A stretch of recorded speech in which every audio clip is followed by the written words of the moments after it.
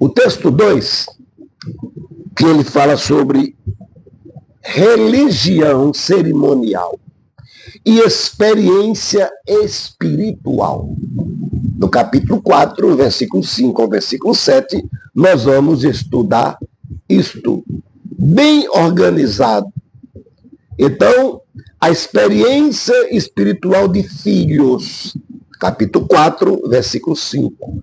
Observe que estava no plano de Deus a adoção não só dos judeus, mas dos gentios, para tornar-se assim filhos pela obra redentora de Cristo no Calvário. Dá para entender, né? Então, ambos, tanto judeus como gentios, são herdeiros e participam da bênção, do concerto, ou seja, da aliança, da promessa, pelo pacto gracioso de Deus. Então, todos nós. E Paulo fala em adoção de filhos. Este é o aspecto legal da nossa salvação. É a relação legalmente estabelecida quando Deus nos recebe como seus filhos e nós, simultaneamente, recebemos como nosso Pai. Isso tem a ver com a nossa posição diante de Deus, que é uma bênção e é uma maravilha. Entretanto, em termos de salvação, a adoção de filhos vai além disso. A nossa salvação vai além das possibilidades de adoção humana. Vai além da relação humana. E veja que Deus opera um milagre em todos os que Ele recebe como seus filhos. Nós nascemos de novo. Recebemos o quê? Uma nova natureza. Somos filhos não só por adoção, mas também por nascimento. Fantástico isso aí. Então, observe que no capítulo 4, versículo 6, o Espírito de seu Filho. Então, o apóstolo Paulo coloca que Deus enviou ao nosso coração o Espírito de seu Filho.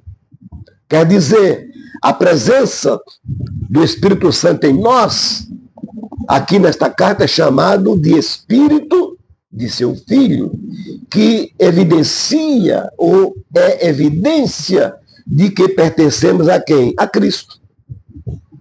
Romanos capítulo 8, versículo 9 e o versículo 15.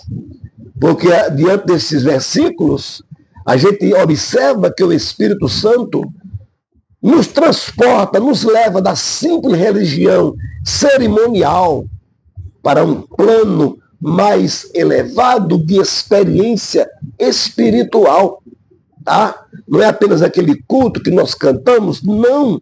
Aquela experiência espiritual nos concerne através do Espírito Santo, quando no versículo 7 do capítulo 4, o apóstolo Paulo coloca a palavra Abba Pai. Era o nome, o tratamento comum de uma criança que usava com seu pai de uma forma íntima. Paizinho, papai. E foi muito isso no comentário que eu fiz sobre adoção. Fala que o John Wesley usou muito esta expressão. E significa o quê? Que não foi por ação humana.